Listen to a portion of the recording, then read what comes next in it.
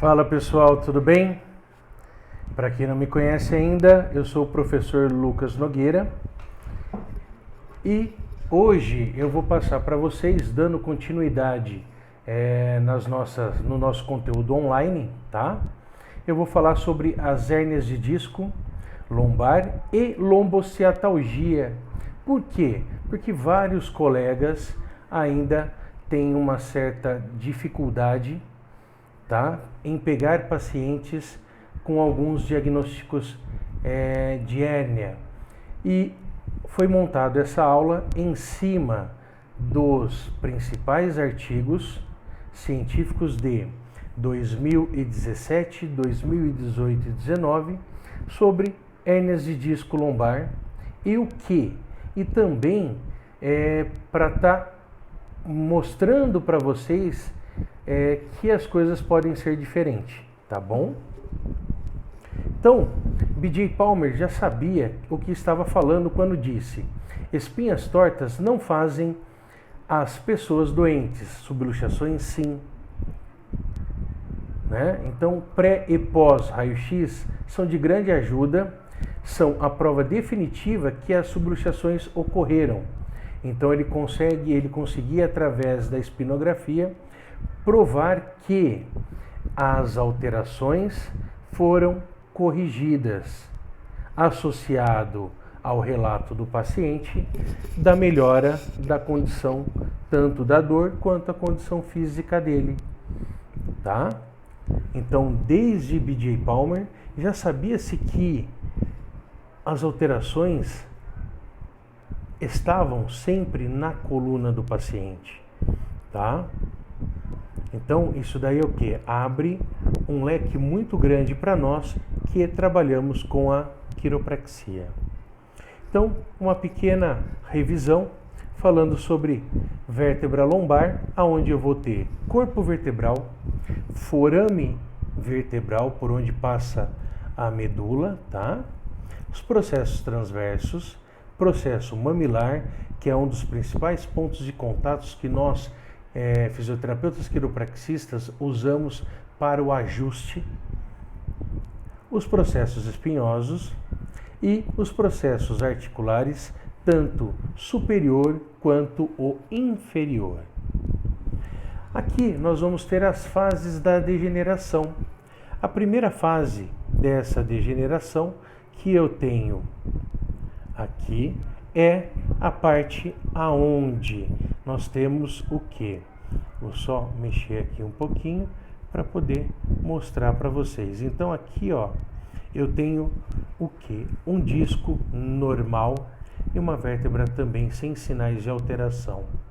Neste segundo aqui, eu já tenho um disco intervertebral com sinais de alteração, de degeneração, tá bom?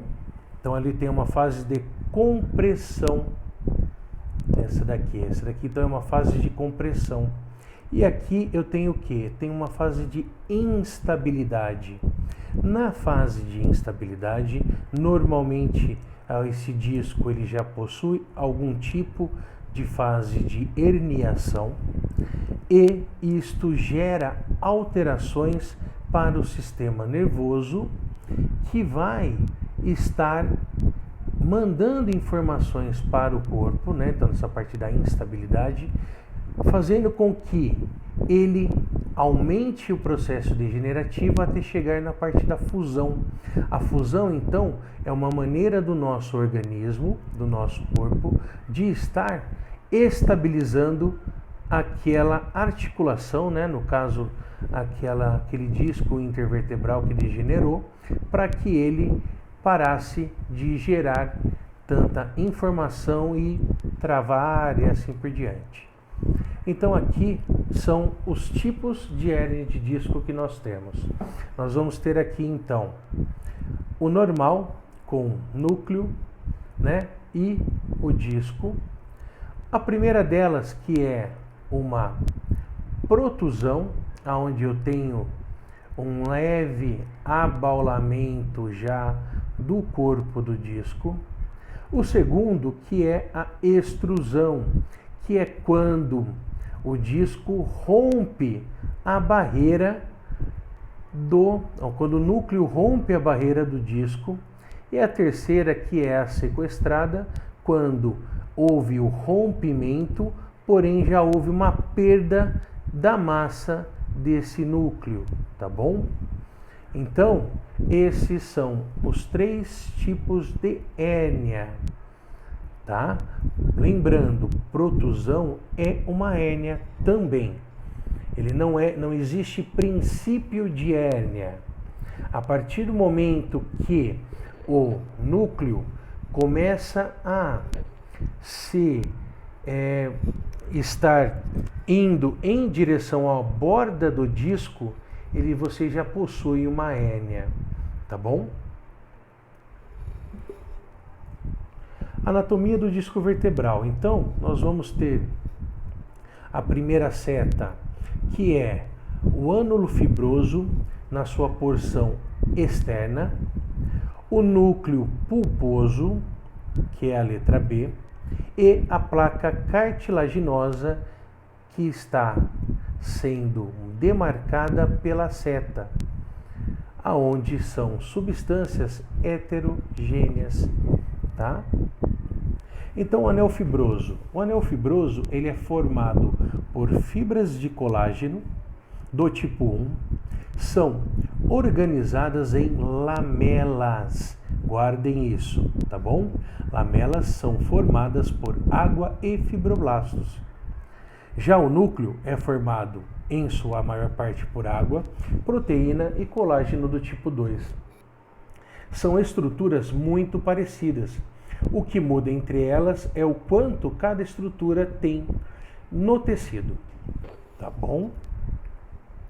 A principal função do disco intervertebral é o de permitir o espaço entre uma vértebra e a outra, iniciando o forame intervertebral, permitindo a passagem das estruturas vasculonervosas e mantém a altura, permitindo a biomecânica natural da coluna. Então, o disco, ele auxilia a movimentação normal e a absorção de impacto, atuando também como suporte para o sistema ligamentar. Junto com os ligamentos e músculos, atua como proteção para a medula espinhal. Então, dessa forma, a gente não pode apenas pensar que ele tem a função só de um amortecedor. Ele tem muito mais funções, aonde a principal delas é a de dar sustentação e permitir a altura correta do disco, né, para que não haja nenhum tipo de compressão e que o movimento ocorra naturalmente. O anel fibroso tem a função de manter o material do núcleo organizado e centralizado. Já a placa terminal cartilaginosa ajuda o anel a conter o núcleo, mas especialmente tem a função de nutrir o disco intervertebral. É na placa terminal cartilaginosa por onde passa as estruturas vasculares responsáveis por inervar essa estrutura, sendo uma rota periarticular e a outra da placa cartilaginosa. O importante ainda é lembrar isso daqui, gente, olha só. O núcleo é a substância mais avascular e mais aneural do corpo humano. Se ela não tem inervação e ela não tem vascularização, então o núcleo não é ele que dói, tá? Aquela história assim, dor do disco, dor no núcleo, não, o núcleo não dói. Por quê? Porque o núcleo não tem nenhum tipo de vascularização ou sistema nervoso. O que dói então é a compressão, normalmente ocasionada pela alteração biomecânica. Então, se lá não chegando inervação, nutrição ou vascularização ao disco, toda a sua parte metabólica é feita então pela sua periferia.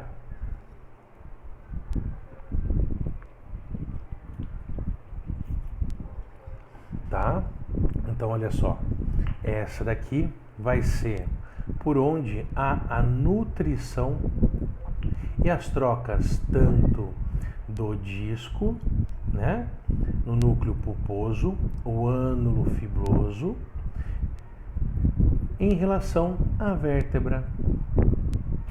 O metabolismo do disco é feito por difusão, porém ainda a ciência não sabe exatamente como isto ocorre, nem por onde passa ou qual a rota ele prefere. Ao contrário do que se acha, o anel fibroso não se fecha 100%. Por volta de 50% das fibras do anel possuem em sua estrutura uma lacuna. Então a minha pergunta para vocês é isso que deixa o disco tão frágil? O que vocês acham? A maioria vai falar que é justamente pelo fato dele ter essas lacunas? Vamos lá? Vou te dar 15 segundinhos para tentar responder isso. O que vocês acham?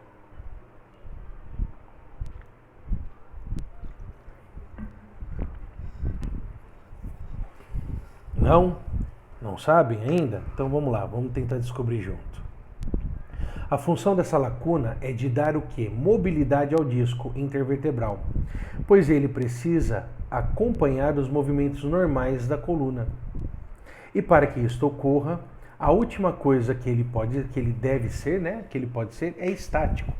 Mesmo o anel fibroso não fechando 100%, o suporte do núcleo é feito pela disposição de como essas fibras estão dispostas entre si. E ainda temos a placa periarticular cartilaginosa que envolve o núcleo, mantendo o seu formato normal. Depois de tudo isso, o que vocês me falam agora? Ainda acha que o disco intervertebral é uma estrutura frágil? Difícil, né? Ok, vamos lá. O disco intervertebral é uma estrutura extremamente forte, pessoal. E, por isso, é nossa obrigação tirar dos nossos pacientes esse efeito nocebo que foi passado e que não possui nenhum tipo de fundamento científico. Quais são esses efeitos nocebos? De que ele é fraco, de que ele não aguenta movimento, de que qualquer peso ou postura pode estourar feito um chiclete. Né? Então, às vezes você escuta do paciente e fala assim, eu lembro que foi um dia que eu abaixei para pegar um peso, escutei um cleque e minha hérnia estourou. Isso não pode acontecer mais, tá, gente? O disco aguenta sim todo e qualquer tipo de atividade ou postura, seja ela com carga ou não. Tudo o que precisamos para o nosso dia a dia normal. Então ele não é um babalu, ele não é um chiclete, tá? Que estoura só de apertar. Ele é sim uma substância extremamente forte, mas que, como outras estruturas do nosso corpo, sofrem alterações, mas que podem ser evitadas. Uma das grandes dificuldades do fisioterapeuta na prática clínica é a falta dos exames complementares de imagem, né? A restrição muitas vezes do tempo nos serviços de saúde, sejam públicos ou convênios, para uma avaliação cuidadosa. E muitas vezes não podem nem avaliar por serem obrigados a seguir a prescrição do modelo médico previamente autorizado, normalmente nos planos, né? Nos planos de saúde, aonde você tem que seguir aquele tratamento que foi proposto pelo médico. Caso contrário, o plano não faz o pagamento ou repasse. Infelizmente, nós temos, por mais que nós sabemos que essa prática não é a correta, ela continua ocorrendo. Ter uma hérnia de disco no laudo do exame por imagem ou na prescrição médica não significa que os sintomas apresentados pelo paciente sejam provenientes da lesão discal. Então, hérnia discal é diferente, né, dos sintomas do paciente proveniente da hérnia. Muitas vezes eu já tenho uma hérnia constatada no meu exame de imagem, Porém, ela está o quê? Ela já está estabilizada. Então não é ela que está gerando alteração.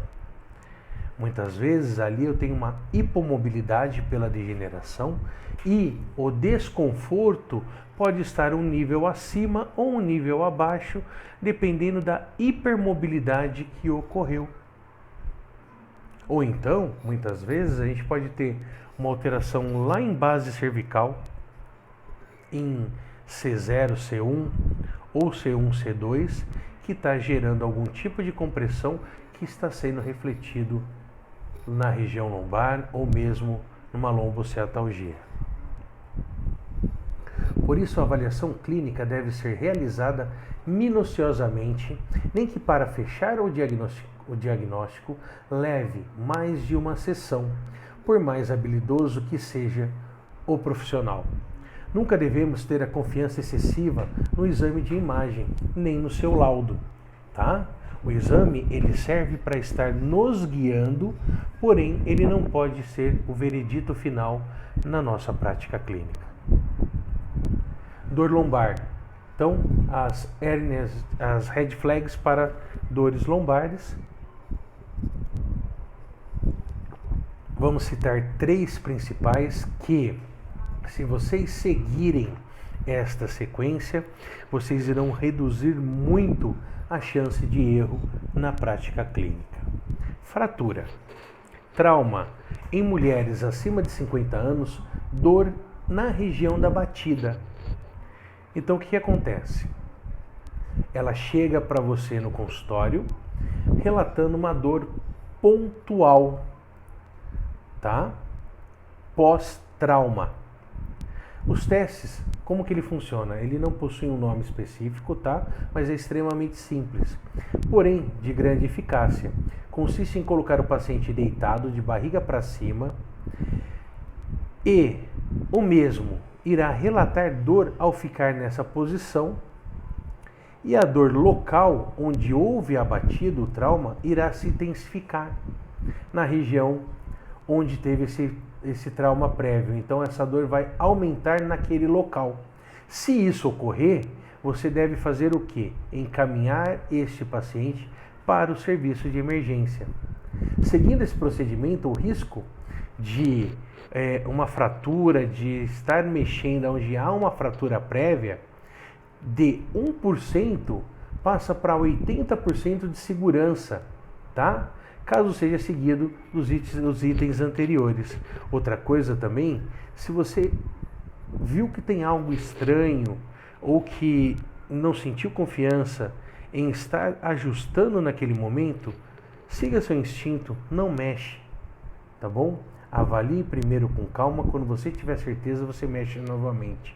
Não esqueça que somos fisioterapeutas e possuímos outras ferramentas para analgesia, a não ser o ajuste articular.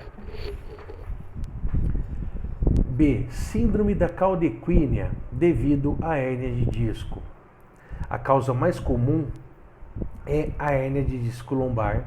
Tem sido estimado sua ocorrência entre 1 a 2% dos casos de hérnia discal lombar. A hérnia discal lombar extrusa tem sido considerada uma das principais causas da síndrome da cauda equínea, tá? Então, os sinais clínicos da síndrome da cauda equínea pode variar bastante, desde a apresentação típica em estágios iniciais da compressão até ela completa. Lombalgia, dor em membros inferiores associados a déficit sensitivo e motor, disfunção genito-urinária, retenção ou incontinência, né? Incontinência fecal e anestesia em cela. Então, o que é isso? Então, ele já está tendo perda de urina, tá bom? Perda também fecal. E muitas vezes você pode fazer a pergunta da seguinte forma: se quando ele vai ao banheiro e ao passar o papel higiênico ou a ducha higiênica, se ele está sentindo a região ou se ele não sente. Dependendo daquilo que for respondido, ele deve ser encaminhado ao neurologista para uma avaliação e não deve ser feito o ajuste. Devido à apresentação das variadas da síndrome da cauda equina, Kotiuk propôs uma nova definição para a síndrome da cauda equina como uma condição de disfunção urinária com diminuição da sensibilidade e motricidade causada por uma hérnia discal lombar desconhecida ou suspeitada. Estudo da coluna lombar, quando da suspeita da síndrome da cauda equina, é recomendado no seu diagnóstico a mielografia com tomografia computadorizada ou a ressonância magnética e os exames de imagens mais utilizados no seu diagnóstico. Vários autores relatam que o exame de ressonância magnética é o principal método para o diagnóstico. Sinais clínicos, exame físico, exame de imagem. Então, o tratamento médico, como que ele é feito normalmente? A síndrome da cauda equina tem sido considerada uma emergência neurocirúrgica. A cirurgia descompressiva, que é a laminectomia, de imediato tem sido indicada para a recuperação das funções neurológicas, porque você descomprime as raízes. Descomprimindo, você diminui a compressão e melhora gradativa das funções que haviam sido perdidas anteriormente. Prognóstico e evolução. O prognóstico é determinado pelos sintomas de sua admissão. Fatores que influenciam no prognóstico são gravidade do distúrbio esfincteriano no pré-operatório, extensão da diminuição da sensibilidade da bexiga, severidade da diminuição sensitiva na área perianal. Então, quanto maior for esses sintomas, mais demorado pode ser a recuperação. A conclusão que nós chegamos então é qual? Portanto, a síndrome da cauda equina tem sido rara, sendo considerada uma emergência neurocirúrgica, e um retardo do tratamento pode ocasionar danos neurológicos irreversíveis, sendo necessário o reconhecimento precoce desta entidade médica para tratamento precoce por um especialista de coluna. Então, o que isso quer dizer? Se você diagnosticou uma alteração, uma síndrome da cauda equina, encaminhe para o neurologista, peça uma avaliação detalhada. Se for necessário a cirurgia, ele vai estar falando, caso contrário, ele vai mandar de volta para você para que você faça o tratamento necessário, se for o caso. Câncer. Sintomas: dor muscular que não altera a intensidade, com ou sem movimento e que não passa por nada. Então é aquela dor persistente que ela não aumenta nem diminui. Porém, ela pode estar acompanhada de febre, sudorese noturna, ânsia de vômito. A intensidade da dor é capaz de acordar o paciente à noite. Então é a dor que acorda o paciente e não o paciente que acorda e sente dor. É diferente uma coisa da outra, tá? Mudança na cor dos pelos, cabelos, olhos, pele e perda de peso repentina, sem causa aparente ou dieta. Sinais e sintomas: parestesia é o formigamento, choque ou dormência. Pode ocorrer uma radiculopatia sem dor e localizada, então ela não precisa se estender para a perna como um todo. A postura normalmente ela é antálgica com lateral shift, mais flexão de tronco, tá? Ou pode ocorrer apenas um ou os dois sintomas juntos. Paciente também não consegue permanecer 10 minutos sentados. Os exames neurológicos para compressão nervosa podem apresentar perda de sensibilidade ou força, porém pode apresentar os dois sintomas juntos, tá? Que aí a gente vai ter uma perda do miótomo e uma perda no dermátomo. 90% das radiculopatias são por hérnia discal.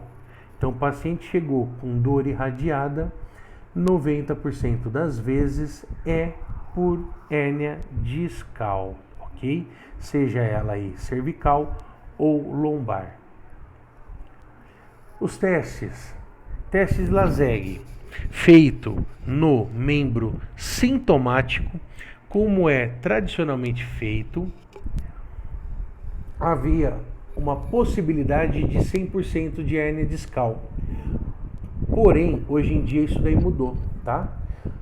Os últimos estudos realizados pelo pesquisador Chad Cook no livro de Avaliação Musculoesquelética mostra que o principal teste para detectar uma hérnia discal com alta especificidade de até 97% seria o mesmo teste do Laseg tradicional, porém cruzado, sendo feito no membro assintomático.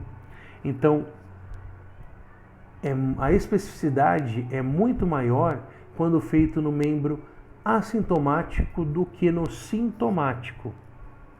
Dessa forma, ele obteve uma especificidade de 97% com razão de 14%. O Laseg tradicional, feito no membro sintomático, possui uma baixa especificidade, porém ele possui alta sensibilidade de 97% e menos 0,05% de probabilidade, tendo então uma função maior para detectar ou não uma dor causada por ciática. Então ele vai ter um efeito muito melhor no diagnóstico da dor ciática do que necessariamente de uma dor por hérnia.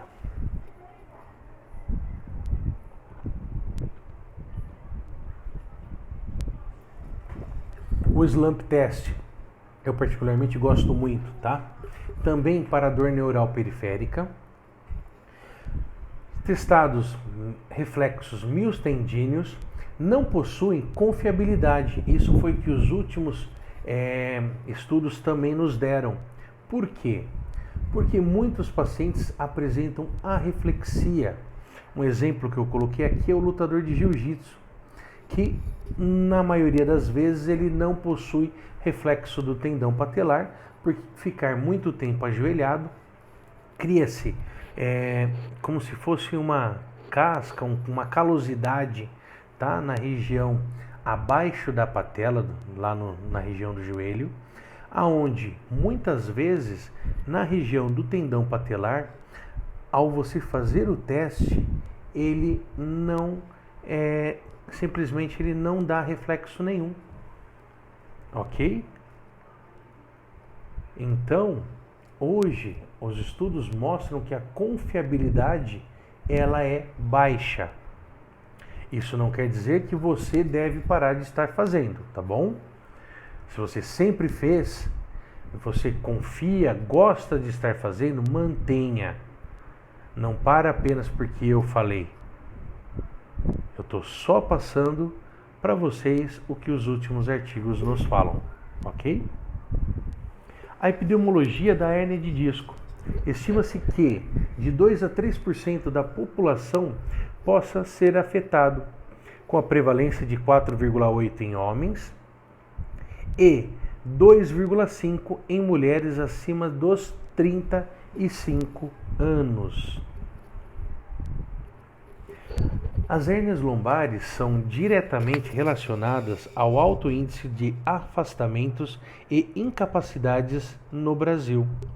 Cerca de 5,5 milhões de brasileiros com hérnia discal lombar estão ligados aos altos índices de incapacidade e aos benefícios do INSS, como por exemplo direito à compra de carros com 30% de desconto para o parar em vagas, né, especiais para deficientes, tá? Então, muitas vezes, eles estão mais preocupados em estar tendo os direitos, né, que são concedidos do que necessariamente no tratamento. Isso acontece bastante, principalmente porque existem empresas que induzem a isso, tá? Então, você vai ter na internet sempre coisas do tipo, é lei, 50% dos brasileiros não precisam pagar IPVA e não sabem disso. Carros para portador de deficiência, veja as regras para obter desconto. Existem empresas especializadas em fazer com que o portador aí da deficiência, no caso a gente está falando da hérnia de disco, ele acaba procurando esses locais para ter um carro mais barato ou para coisas desse tipo. Eu particularmente não gosto, tá bom? Eu acho sim que deveriam ter, principalmente quando a gente pensa em vaga para deficiente, eu acho que ela poderia ter cores diferentes. Por quê? Porque muitas vezes aquela pessoa que tenha só a hérnia de disco, né, que já conseguiu pegar o seu próprio, já pegou a sua carteira especial, ou então ela tem uma alteração um pouco mais leve, mas ela acaba pegando a vaga próximo, né, dentro do supermercado, shopping ou algo do tipo, de um paciente, por exemplo, de uma mãe com uma criança com uma paralisia cerebral ou com uma outra alteração. Então a gente poderia pensar, por exemplo, em cores, né? Vou brincar aqui e falar verde, amarelo e vermelho, onde a vermelha seriam graus maiores, mais severos, amarelo, né, aquele grau vai ficar bem no meio, né? E o verde, que não quer dizer que ele não possua algum tipo de alteração, nem que ele não tenha direito, e sim que ele possui uma alteração mais branda, mais leve.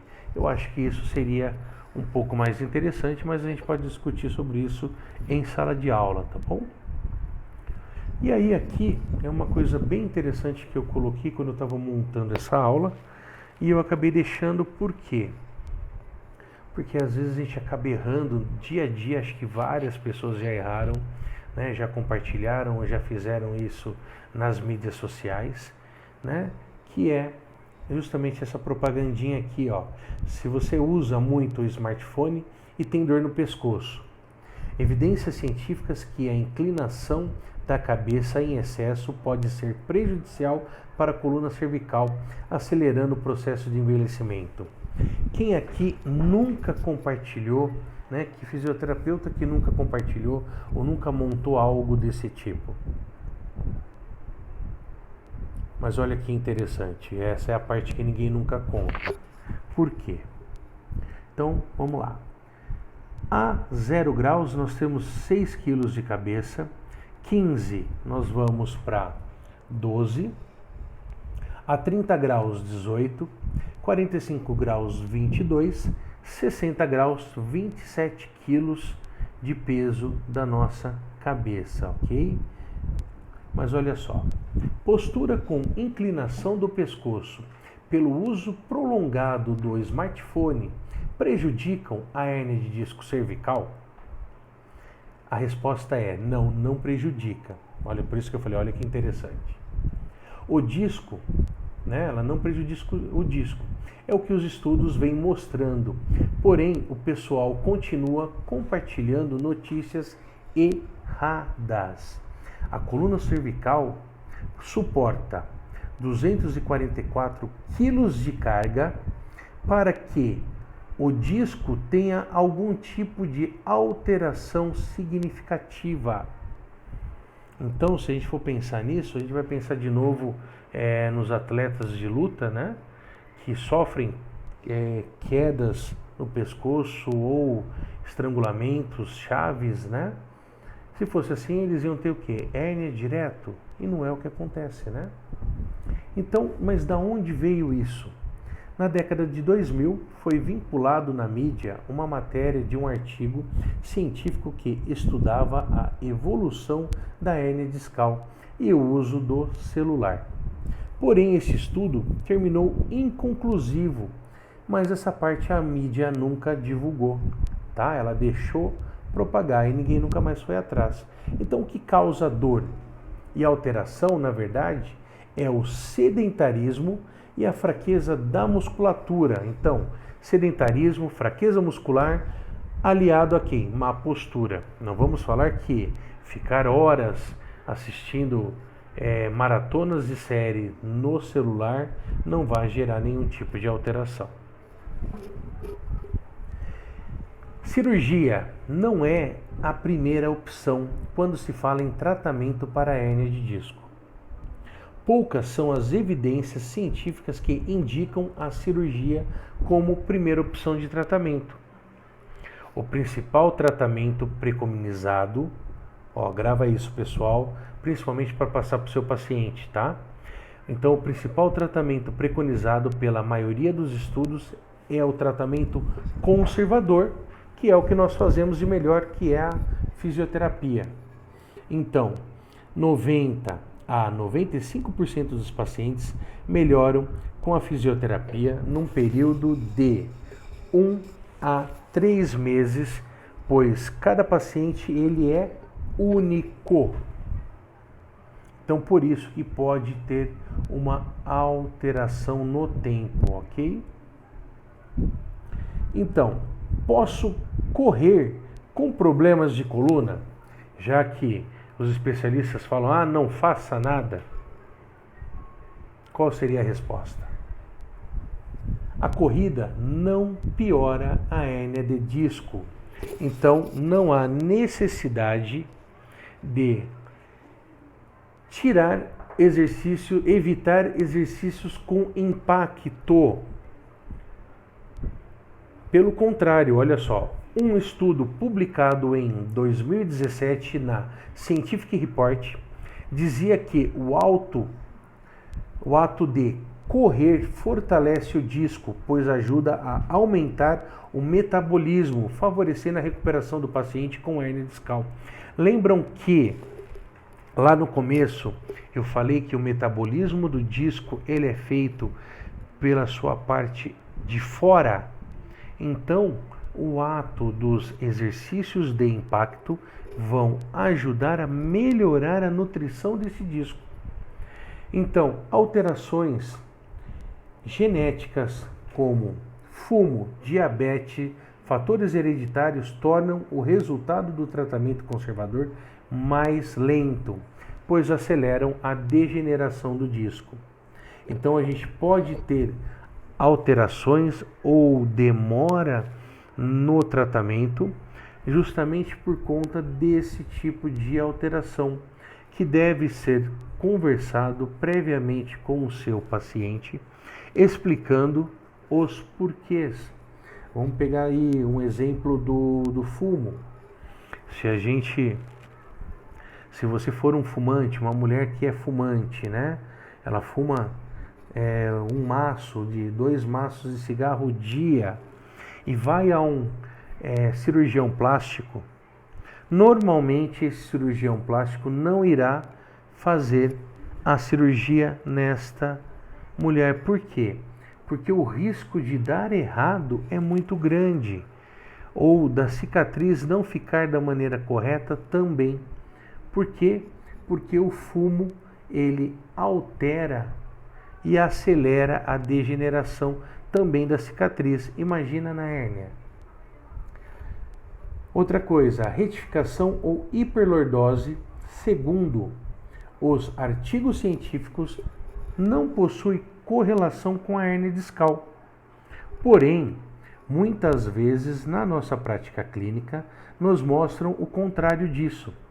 No caso da hiperlordose, por exemplo, aquele paciente que possui uma hiperlordose, porém ele trabalha com TI e fica muito tempo sentado. ele tem e sofre com o tempo uma alteração e perda da curvatura da lordose normal ao estar sentado. Então ele transforma aquela lordose dele numa cifose.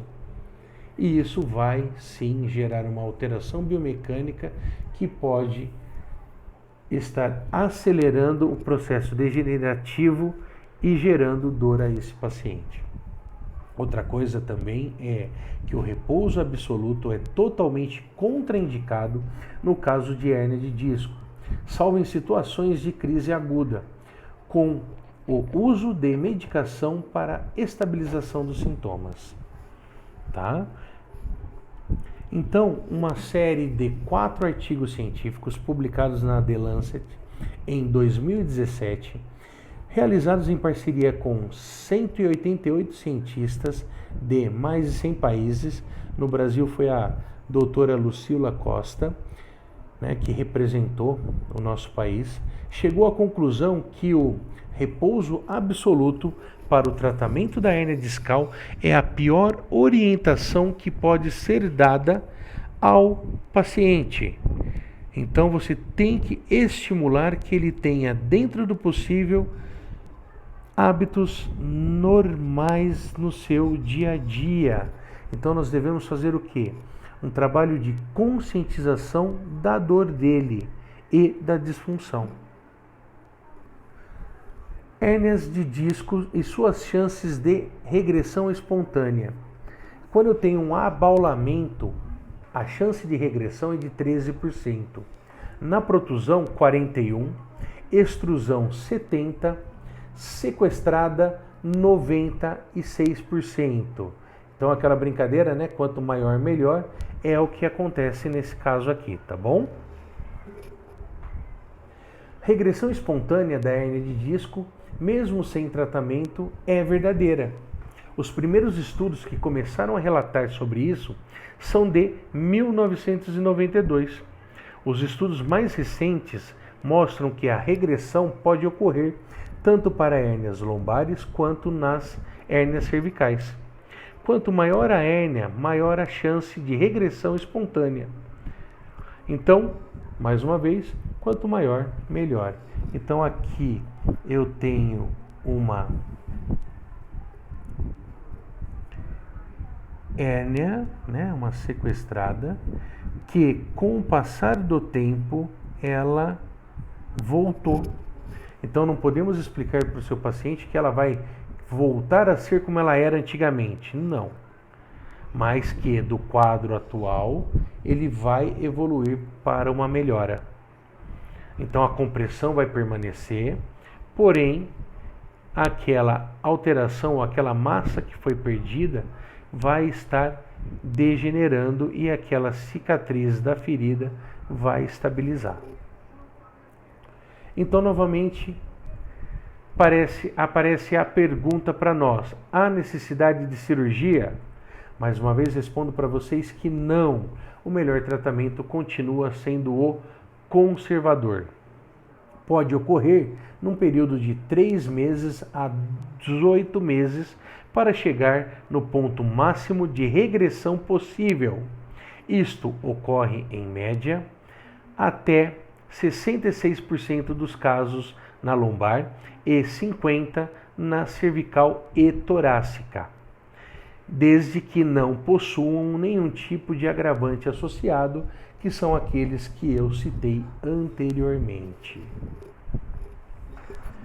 Protusão discal, ele é uma hérnia de disco? A resposta é sim. Por quê? Porque não existe princípio de hérnia.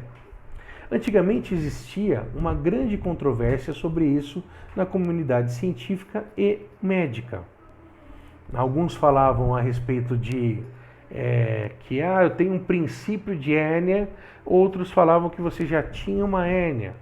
Então é comum um paciente chegar no seu consultório, então eu tenho um princípio. Não, não tem princípio. Ou é ou não é. Não tem aquela história de não é, mas tem vontade de ser, Então ou é realmente ou não é. Não tem o meio termo disso, tá?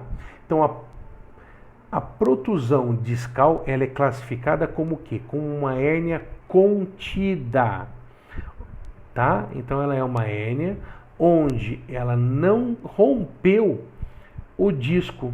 Então, se ela não rompeu o disco, ela está contida, tá bom? Mas ela é uma hérnia, onde o material do núcleo foi deslocado do centro para a periferia do disco. Houve o deslocamento, então é uma hérnia, empurrando o anel fibroso, gerando a protusão, ultrapassando a borda, como eu falei lá atrás, lá no comecinho, do perímetro do disco. Essa nomenclatura mais recente é de hérnia discal protusa, podendo evoluir para migratória ou sequestrada. Então, uma hérnia protusa, ela pode sim evoluir, se não tratada corretamente, para uma hérnia migratória ou uma hérnia sequestrada. Porém, ela não é um princípio, tá bom? Então, o tamanho da degeneração não é proporcional à intensidade da dor. Sinais e sintomas variam de acordo com a característica de paciente para paciente, ok? E aquela verdade que a gente escuta desde a época da faculdade, né? De que 80% da população possui sim algum tipo de alteração na coluna. Se ela não tem, muito provável que ela pode vir a ter em um futuro.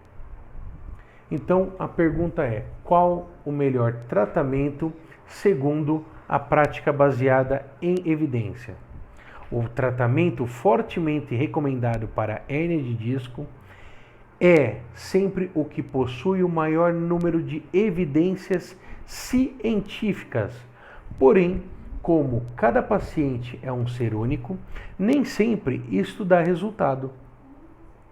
A prática clínica é soberana.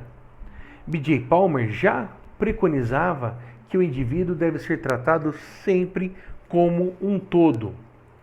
Deve-se sempre buscar as melhores intervenções. Manipulações, o dry needling, o Yastman, a kinésio, eletroacupuntura, cinesioterapia.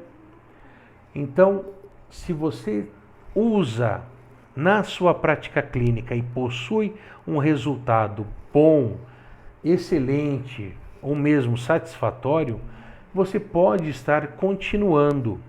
Por quê? Porque às vezes hoje saiu um artigo dizendo que não houve evidência e dali a algum tempo vir outro artigo dizendo que sim, que ele funciona. Então aí você volta a usar? Não tem por que parar de usar.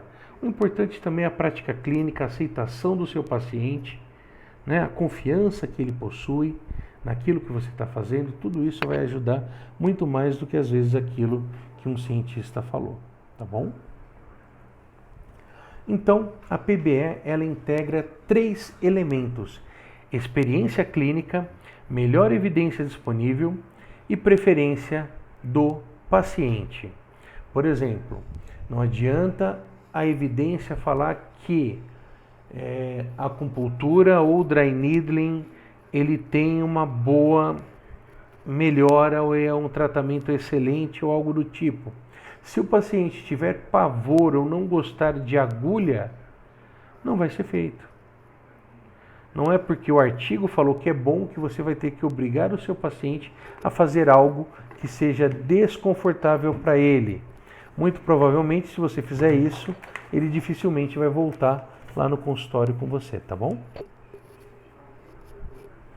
Tratamentos de nível A. O que é isso? São exercícios específicos que buscam a preferência direcional do paciente em relação à melhora da dor ou abolição completa, saindo da periferia para o centro, mais conhecido como técnica de Mackenzie, tá? Onde muitos dos movimentos são feitos em extensão, buscando a centralização do sintoma, e também a quiropraxia. Então, o que os movimentos de Mackenzie eles preconizam é a abolição da dor, melhora da mobilidade, centralização dos sintomas, tá? Onde 60% dos pacientes apresentam um desarranjo ou uma alteração biomecânica discal e melhoram com o movimento de extensão, devendo iniciar o movimento de forma passiva, que é aquele deitado, né? Fazendo o movimento apenas com os braços e ir evoluindo gradativamente. A quiropraxia ela é indicada para pacientes de quadro álgico agudo. Então, afirmar que a quiropraxia é contraindicada, pois piora o quadro, é totalmente equivocado e anticientífico. Então, naquele momento em que o paciente, vamos falar assim, travou, ele está com uma dor elevada, ele deve sim ser mexido, porém de uma forma suave, que não vá aumentar a dor dele. A PBE recomenda o uso das manipulações vertebrais em quadro agudo por possuir alta evidência científica. Então, toda técnica que possui manipulação vertebral no quadro agudo tem alta evidência científica. Porém, quando a dor é irradiada para baixo do joelho, o resultado não é tão grande quanto a mobilização articular.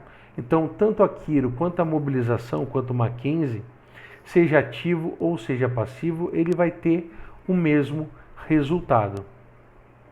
Existem linhas de tratamento que preferem primeiro centralizar ou abolir a parestesia para depois ajustar com a quiropraxia. Eu, particularmente, eu já gosto do contrário. Eu gosto de primeiro corrigir, ajustar a disfunção para depois entrar com o tratamento em extensão. Falsa ciática é uma coisa muito comum também que muitas vezes a gente não sabe diagnosticar. É quando o sintoma se assemelha a uma ciatalgia, né? Porém, ela é proveniente de pontos gatilhos localizados em glúteo médio e mínimo. Usamos técnicas de manipulação de tecidos moles, como o Graston, o Dry Needling, para mobilização muscular profunda. Desculpa, gente. Tá bom? Então, aqui eu vou ter os principais pontos, né, de alterações em pontos gatilhos. Eu só vou centralizar aqui. O fenômeno, né, síndrome do piriforme. Nós temos vários colegas que, muitos daqueles que mexem com atividade física, que falam que mandam um paciente para a gente com um pré-diagnóstico de que aquela dor no meio do bumbum é piriforme. Porém, né, esse fenômeno ele é raro, mas acontece. Sabe-se que em aproximadamente 90% dos indivíduos, o nervo ciático passa por baixo do músculo piriforme. Porém, em alguns casos, alguns indivíduos, 10% apenas dessas pessoas, pode passar por cima ou entre as fibras musculares, tá? Se isso não ocorre, o mais comum de ter naquela região são pontos gatilhos miofaciais que podem estar ativos ou inativos, aonde você pode trabalhar com pressão, com máquinas de percussão ou o uso das técnicas de eletrodry needling. Devemos sempre trabalhar utilizando técnicas de educação em dor, tá? Para evitar aquilo que a gente comentou anteriormente do catastrofismo, certo? Por quê? Porque muitas vezes o paciente não sabe o que ele tem e aí ele tem mais dor pelo medo. Explicar o que é uma hérnia de disco, o que o tratamento conservador tem um bom prognóstico. Em 95% dos pacientes melhoram sem cirurgia em até 3 meses. E a chance desse paciente precisar de uma operação é de 2 a no máximo 5%, faz com que o seu paciente raciocine com você e que ele entenda o que está acontecendo com ele. o que esperar do tratamento, normalmente, ele vai estar assimilando as suas informações e repensando. É o trazer o paciente à sua terapia. Dessa forma, ele vai criar mais confiança e passar a entender o que ele tem. Caso contrário, quando ele não entende, ele apenas começa a ter medo. Então, normalmente, o paciente apenas recebeu notícias equivocadas, que geram mais dor e mais descrença. Tratamento de nível B, né? Onde o paciente apresenta média irritabilidade. Letra A. Consciência do movimento através de exercícios sensório-motores, pois a grande maioria não possui, né? Eles perdem essa consciência de movimento. Por exemplo, exercício simples, o pessoal do Pilates gosta muito, que é a báscula de quadril na bola de Pilates, tendo evoluções. Mobilização neural, somente em pacientes quando a dor é irradiada para baixo do glúteo. Educação em dor. Educação em dor para diminuir o catatrofismo. Cinesiofobia, que é o medo do movimento, e a hipervigilância. Então, a educação de dor, nesse momento, ela vai servir para tirar a sensação do catatrofismo, onde ele acha que ele vai piorar, ou o medo de estar se movimentando, né? Ou aquela coisa que toda hora ele acha que está desalinhado ou algo do tipo, da hipervigilância. Tratamento nível C é a baixa irritabilidade. Esse paciente está preparado para a volta gradativa às atividades diárias normais e à prática esportiva. O objetivo é funcional. A. Exercícios de força e resistência com evolução gradativa. Exercícios de flexibilidade para ganhar ou readquirir força, né? Força e mobilidade. E se for um esportista, devemos desenvolver o gesto esportivo natural, tá? Então você pode estar trabalhando o fortalecimento dele, utilizando meios que ele está acostumado. Exercícios aeróbios no tratamento de nível D e gerais buscando performance. Então, o tratamento, quando em nível D, é busca de performance, regulação e produção hormonal de dor, prazer e satisfação. Então, quanto mais atividade física ele fizer, maior é a produção dos hormônios que vão inibir a dor, aumentando a parte de prazer, satisfação, consequentemente aumentando a autoconfiança. Tratamento de nível E é a educação de dor voltada para a alta do paciente. Seja o braço direito do seu paciente. A fisioterapia é uma das únicas profissões que gera vínculo entre o terapeuta e o paciente em altos níveis de confiança e gratidão. Então você tem que fazer com que esse paciente confie naquilo que você fala, que ele confie que ele pode estar voltando a ter uma vida normal e, principalmente, ele ter a confiança que qualquer sensação que ele tiver, que você vai estar ali para estar amparando ele. Diagnóstico da dor lombar. A dor, quando de origem ligamentar, ela exacerba, aumenta na manutenção da postura, principalmente em pé, ou ao final da amplitude de movimento. Dor de origem muscular aparece com o movimento e com a contração da musculatura. E o movimento doloroso indica que há uma lesão do músculo. Dor de origem articular é uma dor precisa, centrada sobre a vértebra. exacerba, aumenta com o movimento. E a dor de origem discal, ela é uma dor aguda que se manifesta principalmente quando o corpo está sob a ação da gravidade. A dor aumenta com a flexão do tronco e as manobras de Valsalva, que é o tossir, espirrar e o defecar. E nódulos de Schmoll. O que é os nódulos de Schmoll? Muitas vezes você pega uma ressonância e ele mostra a presença de nódulos de Schmoll, mas ele não explica o que é isso. Você sabe o que é isso? Então, eu vou explicar para vocês o que é o nódulo de Schmoll, que é essa alteração mostrada pela seta vermelha.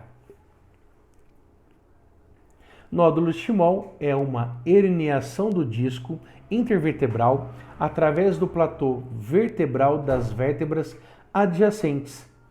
Então, é uma causa comum de dor lombar e o tratamento conservador resolve na maioria dos casos. Então, é quando eu tenho, vou voltar aqui para mostrar, é quando eu tenho uma alteração aonde o núcleo, né, ele entrou fazendo uma invaginação no platô da vértebra. Então isso também causa dor. Então ele não veio aqui para trás na compressão da medula. Ele, por pressão, ele entrou dentro da vértebra. Eu espero que vocês tenham gostado e aguardem as outras aulas. Um abraço.